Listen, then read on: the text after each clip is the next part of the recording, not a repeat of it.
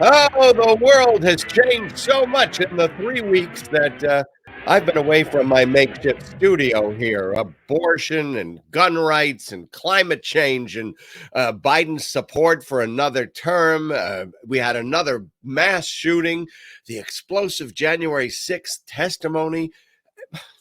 That's just in 3 weeks, folks. Hi, I'm Richard Bey, and this is Richard Bey Talk, along with my producer, Albert Reinoso. Hey, Ben. And good to see you live. Thank you for joining us. So, as I said, so many things have changed. A lot of those changes have occurred because of this radical and assertive Supreme Court, which has probably made more changes in American culture and society than any court since the Warren Court. Probably more than the Warren Court, in some ways. It doesn't seem too long ago that when I used to work on WABC, I used to listen to Rush Limbaugh, and he would be screaming, "The court is too much power. We need to overturn Marbury versus Madison," which is the original decision that gives the court the authority to turn over on constitutional laws and regulations.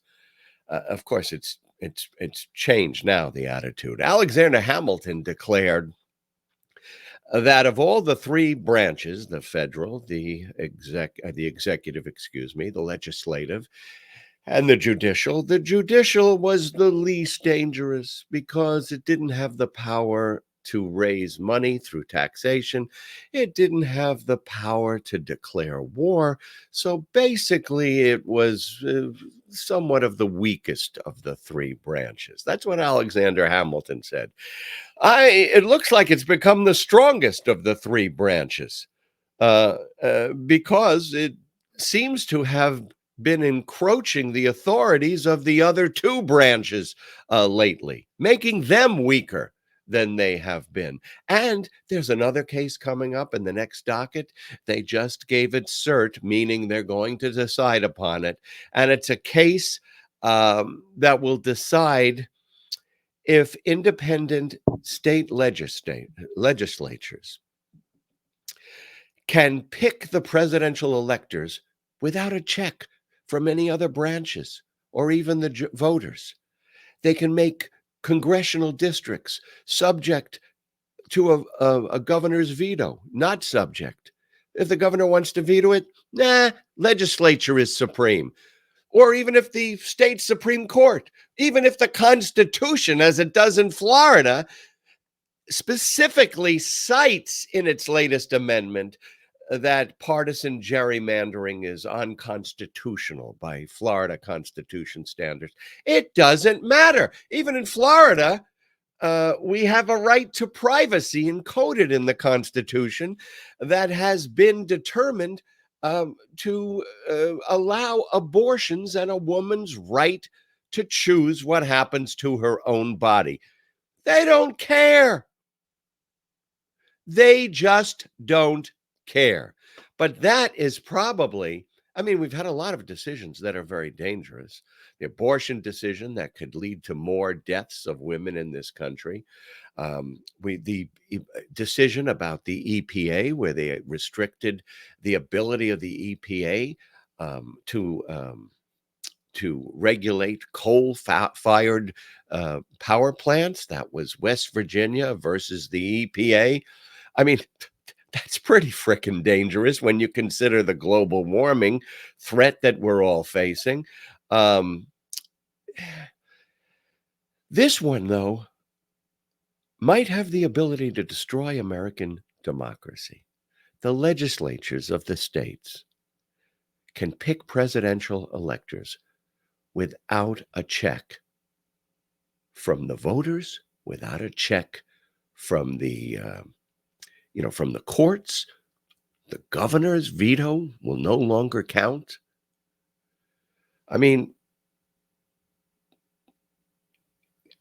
You might say we don't know how they're going to decide. But this has been Gorsuch's in several decisions. He has said that he supports this sort of thing. And the other judges The conservative judges have also said that. So this is a threat we're facing next year that is even bigger than their encroachment on other branches of government. The legislative, for instance, the the Voting Rights Act. The Senate passed it originally by a 77-19 vote. The Civil Rights Act had 98-0, if I remember correctly, when it was re-upped in 2006. Now they've gutted it. John Roberts said, well,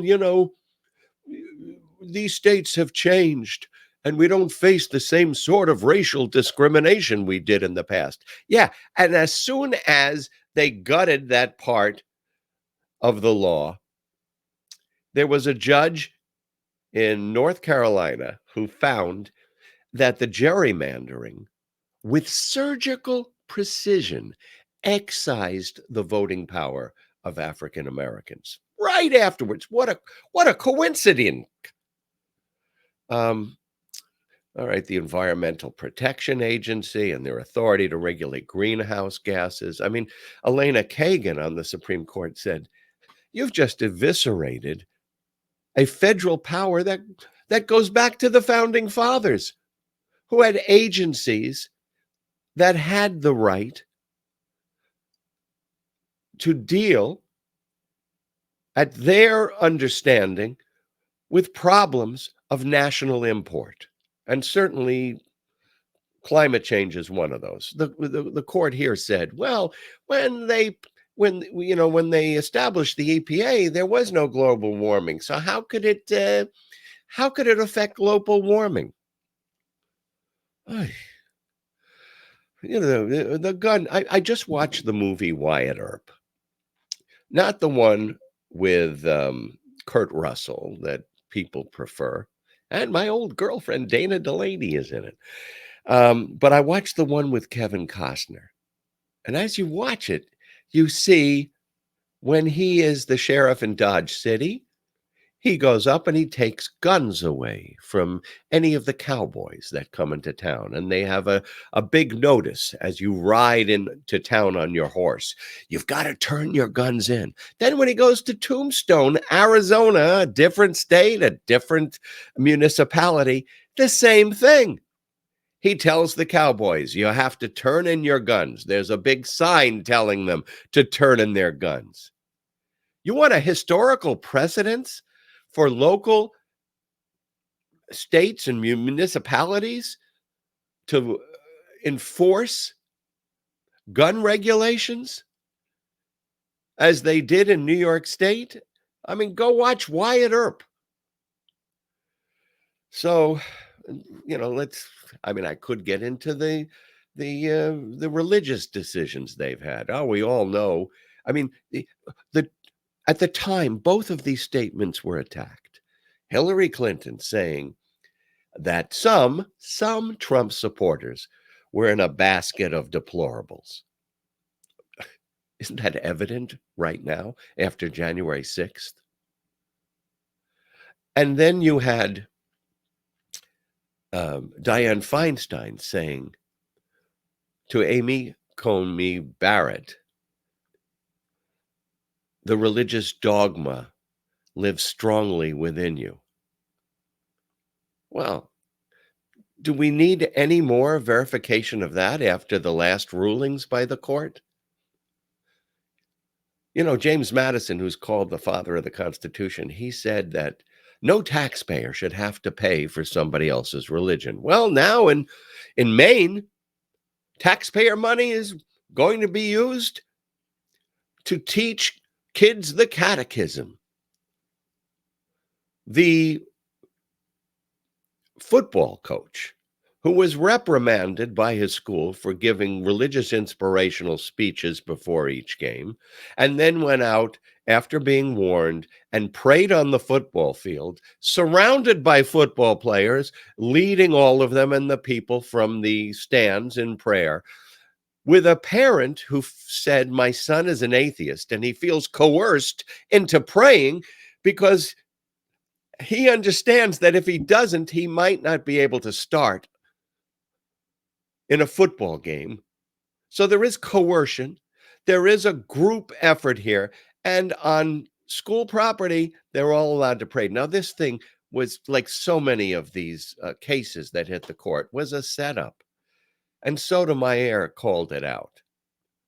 At one point, the coach was going to pray on the field, and he turned around and he didn't want to get in trouble. So he got in his car and drove away. And then he was so upset that he had to go back and make a point. And he turned around and went back and got on the field and prayed, where football team members gathered around him and joined him in prayer at a public school. Now, he could have prayed in his car. What, Jesus can't hear prayers inside of a vehicle? He could have gone home and prayed. No, he had to make a point. You're not going to tell me what to do. The Constitution isn't going to tell me what to do. So in both of those cases, they've expanded. Well, they've demolished what we used to call the wall between church and state. Now, it's true. That phrase is not in the Constitution. It says Congress shall make no law respecting one religion over another. The wall between church and state is in a letter from Thomas Jefferson. He knew a thing or two, didn't he? But instead of a wall between church and state, we've now put in a revolving door where you can just walk through it. And believe me, this won't be the end of it. I mean, one Republican legislator in the House, Lorena Bobbitt, she said, and let me get her quote exact, the church is supposed to direct the government. The government is not meant to direct the church. That is how our founding fathers intended it. In the face of such colossal stupidity and historical irrationality, how can you think that the work of Christian dominionists is going to stop here? I don't think you can. And what is the result of this? The Supreme Court, according to the Gallup polling agency, has the lowest approval rating of any Supreme Court in U.S. history. 25% of Americans approve of the Supreme Court at this point. 25%. And it isn't just liberals or Democrats. The Senate candidate for this, for the Senate seat in Ohio, a guy named J.D. Vance, maybe you saw his dreadful movie or read his book that was au courant after Trump was elected. Oh, we don't understand the hillbillies. It was called Hillbilly Elegy. We have to understand these people. Well, he's running for the Senate now in Ohio. And he said, for every single mid-level bureaucrat, every civil servant in the administrative state, replace them with our people. You know, the civil service is supposed to be apolitical. No, he wants to gut the entire federal government on its civil service level and replace it. Well, oh my God. Will the Supreme Court go that far? Doesn't matter to old JD, because in the next sentence, he said, and when the courts stop us, stand before the country and say, the Chief Justice has made his ruling. Now let him enforce it. Which echoes the words of Andrew Jackson, who lost a Supreme Court decision and went on to a genocidal massacre of Native Americans. Let them enforce it. As Hamilton said, the Supreme Court has no army. It has no ability to tax, but man, it's become the strongest of the three branches. It's become the branch with the most influence on American society. And that's not the way this was intended, folks. All right. Now, one of the things that you hear from Republicans over and over again is the poor chief justices who have demonstrators marching in front of their houses. Now, let me just make this clear. I don't think demonstrating in front of a chief justice's house is productive. They've made their decision by marching in front of their house. Yes, there is a public message of your anger or displeasure, but it's not going to change anything. Not marching in front of their houses. And it just gives the right-wing fodder to talk about, the poor babies that are inside the house. Here's another thing. I don't think they should have bullhorns. I think people who have bullhorns in front of somebody's house should be arrested on public nuisance charges. But holding placards and moving back and forth on the sidewalk, hey, there's an amendment that protects that right.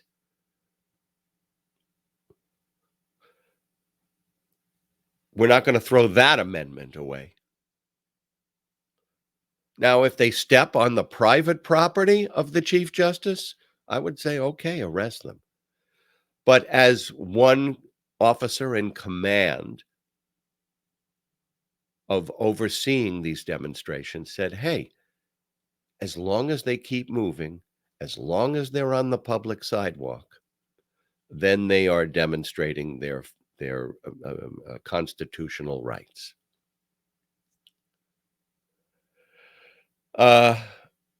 So I want you to listen to something right now. After the abortion ruling officially came down, Biden addressed the American people. And this is what he said. I call on everyone, no matter how deeply they care about this decision, to keep all protests peaceful. Peaceful, peaceful, peaceful. No intimidation. Violence is never acceptable. Threats and intimidation are not speech.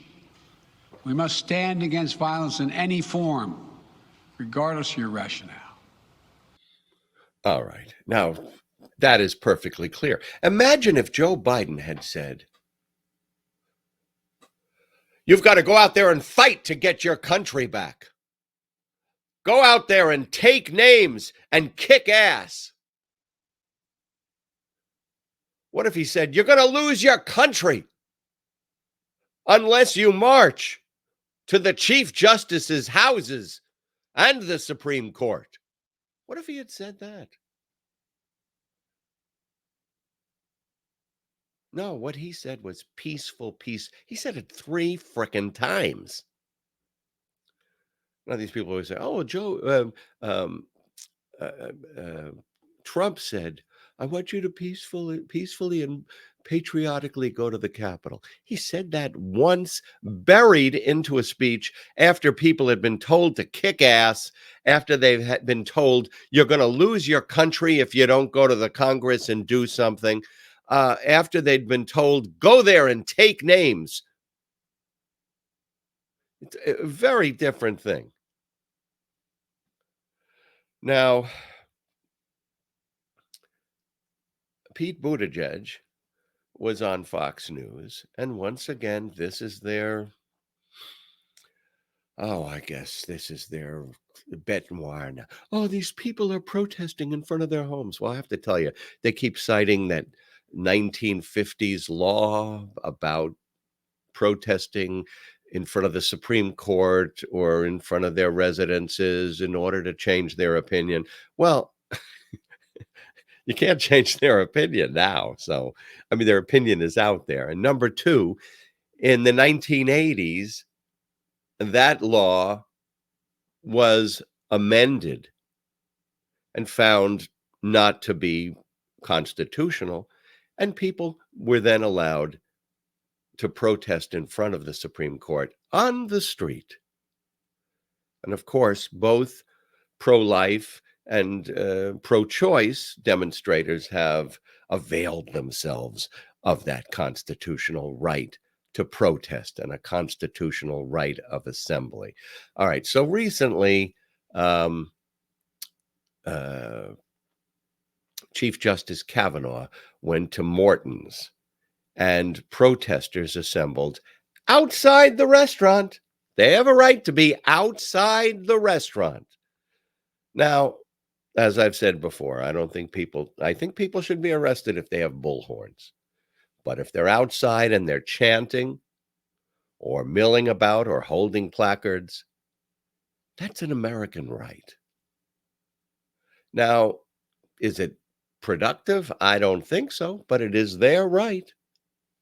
And Pete Buttigieg was on Fox News, and he is a master. As you watch this and listen to his response to the Fox News interviewer, maybe you'll marvel like me at the fact that this guy thinks, not like this, but he thinks in paragraphs. He can respond. He doesn't ditch questions. He doesn't try to evade an answer. He constructs a full and persuasive and detailed answer to questions. Probably with that ability, he's probably the best we have in this country. Take a look at this. Public officials go into public life, we should expect two things. One, you should always be free from violence, harassment, and intimidation. And two, you're never going to be free from criticism or peaceful protest, people exercising their First Amendment rights. Okay. And that's what happened in this case. Remember, the justice never even came into contact with these protesters, reportedly didn't see or hear them. And these protesters are upset because a right, an important right, that the majority of Americans support was taken away. Understood. Not only the right to choose, by the way, but this justice was part of the process of stripping away the right to privacy. As long as I've been alive, settled case law in the United States has been that the Constitution protected a right to privacy, and that has now been thrown out the window by justices, including Justice Kavanaugh, who, as I recall, swore up and down in front of God and everyone, including the United States Congress, that they were going to leave settled case law alone. So yes, people are upset. They're going to exercise their First Amendment rights. And as long as that's peaceful, that's protected. Compare that, for example, to the reality that as a country, right now, we're reckoning with the fact that a mob summoned by the former president let me follow up, Mr. Secretary. attacked the United States Capitol for the purpose of overthrowing the election and very nearly succeeded in preventing the peaceful transfer of power. But I think common sense can tell the difference. But as a high-profile public figure, sir, are you comfortable with protesters protesting when you and your husband go to dinner at a restaurant? Protesting peacefully outside in a public space? Sure. Look, I can't even tell you the number of spaces, venues, and scenarios where I've been protested. And the bottom line is this. Any public figure should always, always be free from violence, intimidation, and harassment, but should never be free from criticism or people exercising their First Amendment rights. Chuck Schumer, in response, said, too, I've had people protesting in front of my house many, many, many times. And as long as they're peaceful, and I would add, as long as they are not invasive, as long as they don't go on your private property or actually, use a bullhorn to invade the oral sanctity of your home, that's a constitutional right. Hey, do you remember all those people who surrounded Lindsey Graham when he was at the airport and they were shouting at him, traitor, traitor, you've left Donald Trump. They were right next to him. They were a crowd of people surrounding him. I mean, I showed the clip some time back, but maybe you might remember that. I didn't hear them complain then about the right of people to protest. All right. So as long as we're talking about protest, let's get in the Wayback Machine and go way back. Way back on my TV show and way back in United States and Supreme Court history. Now, in 1989, every state except, and this is a surprise, Alaska and Wyoming had laws that said it was illegal to desecrate the United States flag. Now, in Texas, at I believe it was the Republican convention, a guy named Greg Johnson poured kerosene on the American flag and burnt it publicly. And he was arrested for that. Now, that was the law in Texas, and he might have lost some of the lower cases. But with the aid of William Kunstler, he went all the way to the Supreme Court. All the way to the Supreme Court, where Kunstler said that what they're trying to do is to make a religious icon out of a political symbol. Now, at the end of this clip, I'm going to tell you what eventually happened. I'm going to tell you a bit about the commentary, and it's really surprising, so stick around. But this was Greg Johnson, who burnt the American flag and was arrested for it in Texas, and a guy named Dred Scott, who was an artist who placed the American flag like a carpet on the floor in front of his display, encouraging people to stand on it with their shoes. So this is from 1989, and it's before the Supreme Court decision. And it's both of these principal actors who say they have a constitutional right to even offensive displays and speech. Take a look. Americans do get upset when the flag is desecrated. Most Americans have an emotional reaction to the symbol of the ideals and freedoms of the United States. We saw during the last presidential campaign the flag becoming an issue in that campaign, and the obligations Americans have to salute the flag and the ideals it represents. Well, our guests this morning may make you upset, but they say they are just exercising their freedoms that are guaranteed by that flag. Let me introduce them to you right now. Joey Johnson is a member of the Revolutionary Communist Youth Brigade. He was prosecuted and convicted for burning an American flag at the Republican National Convention in Dallas. His case is being appealed, and if he loses this time, he might go to jail.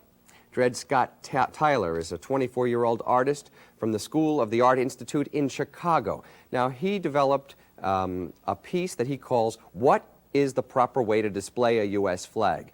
Now, under a picture of a demonstration conducted by Korean students where they were burning the American flag and held a placard that said, "Yankee, go home, son of a bitch," he placed a book in which people were to sign their reactions to the flag and his art exhibit. But in order to sign that book, many of the people in the museum had to step and actually walk or stand upon the United States flag.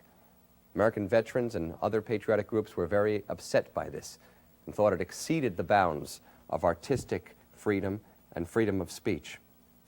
We're going to find out what the flag means to these two young men and what is the proper way to display the U.S. flag right now. Good morning. Thanks for joining us today. Well, as I said before, the flag for most Americans symbolizes, if not at least ideals that are always perfectly carried out in practice, at least ideals that they find admirable, that they believe in their hearts and in their minds. What does the flag symbolize to you, Joey? Well, to me, and I think to many millions of oppressed people throughout the world, it's seen as a symbol of international murder and plunder. That's what it means. And not only you think about it throughout the world, one of the first things people do when they rise up from Seoul, South Korea, as you spoke of, to San Salvador, from Peru to Palestine, one of the first things people do when they rise up against U.S. imperialism to show their outrage and hatred for what this government has done, the death squads and the vicious regimes that it's backed up all over the world, one of the first things they do is burn the American flag. You grew up in an Army family. You used to Right. sell the Stars and Stripes, the military newspaper. When you Right. see the flag, do you see anything good in it? No, nothing redeemable.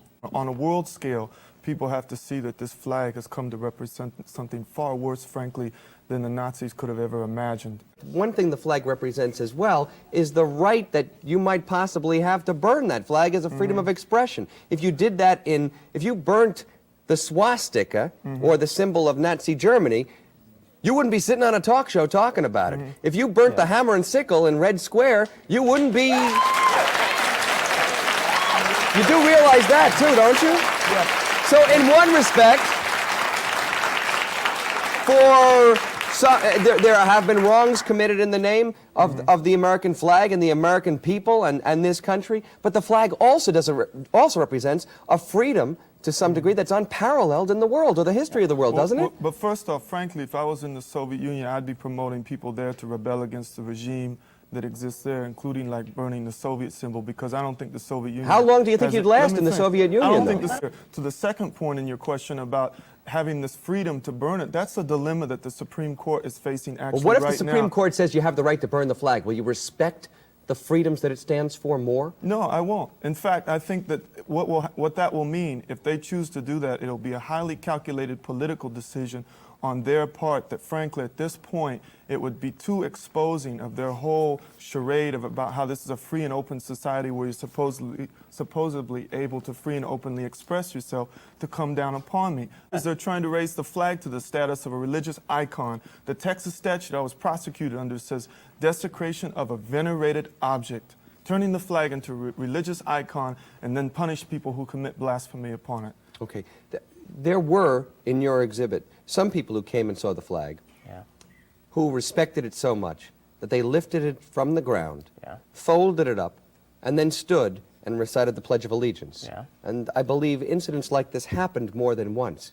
Do you respect at all their love and veneration of this flag? Well, I mean, I think that, that breaks down into two. I mean, there's some people that, actually are not for all, the crimes that this country commits, but, and actually oppose that and are still, very patriotic and did come and say the Pledge of Allegiance. But a lot of the people that came, were, some World War I relics that have their own agenda, and they're talking about enforcing patriotism on everybody. They're talking about, a time. I mean, there was a leaflet that World War I relics. well, You mean? But let me finish. You mean veterans who have fought some in war? but also, from other wars and stuff. And they left a leaflet. After they had a demonstration, they left a leaflet, with sort of what they. But wait a second, I can't let this go by. You're talking about relics, but you're also talking about men who risked their lives, who came back without limbs, who went away, and some of them never came back to fight Nazism, which is one of the greatest. Not in World War I, they didn't. In World War II, they did. You said Okay, other fine. wars as Yeah, well. okay, You fine. did say that, okay? Yeah. They did go to fight Hitler. Yeah. Didn't they do something? Didn't they save the world to some degree from a great evil? Hitler should have been opposed and crushed, and he was. But the thing is, the basis on which America did it was not so much for, sort of freedom for everybody to be free, but more freedom for the U.S., war bloc. Didn't they do it so that guys like you could sit here and tell us that we have no freedom? No, they No, don't. I don't think they did. And so they can disagree with you? I don't think they did. But this is the reality. No, This is the reality. You're sitting here and you're telling us I don't this. think All right. Well, this was before the case went to the Supreme Court with William Kunstler arguing for their defense. And I do apologize. His name was Joey Johnson, not Greg Johnson. But they won the case in a 5-4 decision. The Supreme Court decided burning the flag was a form of symbolic political speech. And joining the majority, and this might surprise you, was Antonin Scalia, who later on said, as much as I am offended by burning the flag, it is a constitutional right. And during the course of the trial, when the district attorney from Texas, I believe, was saying the state has a vested right in protecting our symbols, Scalia asked, well, what about your state flower? What do you do to protect the the veneration of the state flower of Texas. Anyway, if this case came before the Supreme Court now, who knows? Who knows how they would decide? All right. So a few weeks ago, I showed you the clip of how I helped George Washington put down the Whiskey Rebellion. The Whiskey Rebellion, which is the definitive early American answer to this ridiculous fantasy that people have to have guns so they can overthrow the tyrannical government. These people who engaged in rebellion thought that the government, which was in Philadelphia at that time, was tyrannical. And they got together with their guns. But Washington and Hamilton, who raised militias, which are explicitly defined in the Constitution as to purpose, order, and who commands them and why they should be commanded. They went out and they suppressed these insurrectionists and arrested a whole bunch of them, charged them with treason. But anyway, it was my contribution to General Washington and Alexander Hamilton that I showed you in a clip like this. We want Neville! Send him out! He's not here! I order you men to disband! We intend to make a citizen's arrest. This is an illegal armed force. You're here in violation of the law. To hell with your law! I tell you, Neville left an hour ago. He left here on horseback. Liar! Come on! No! Men! He's a major in the army! Maybe he's telling the truth. He's lying in his teeth. He's got Neville in there. Let's go get him! No!